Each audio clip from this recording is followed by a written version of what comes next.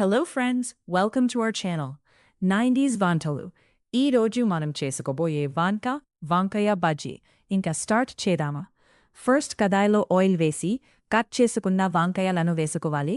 And green చిల్లీస్ని కూడా add చేసి కొంచెం సేపు క్లోజ్ చేసి అలా ఉంచుకోవాలి. ఇప్పుడు అలానే ఆయిల్లో కుక్ చేస్తూ ఉండాలి. కుక్ అయ్యాక పక్కన పెట్టుకోవాలి. కొంచెం సాల్ట్ వేసుకొని అవి మిక్స్ చేసుకొని ఇప్పుడు పప్పు కరాతో ఇలా చేసుకోవాలి.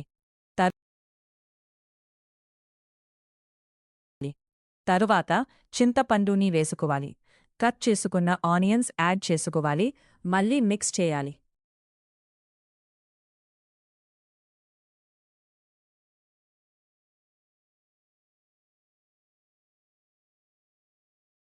ఇప్పుడు ఇంకో కడాయిలో ఆయిల్ వేసి తాలింపు వేసుకోవాలి.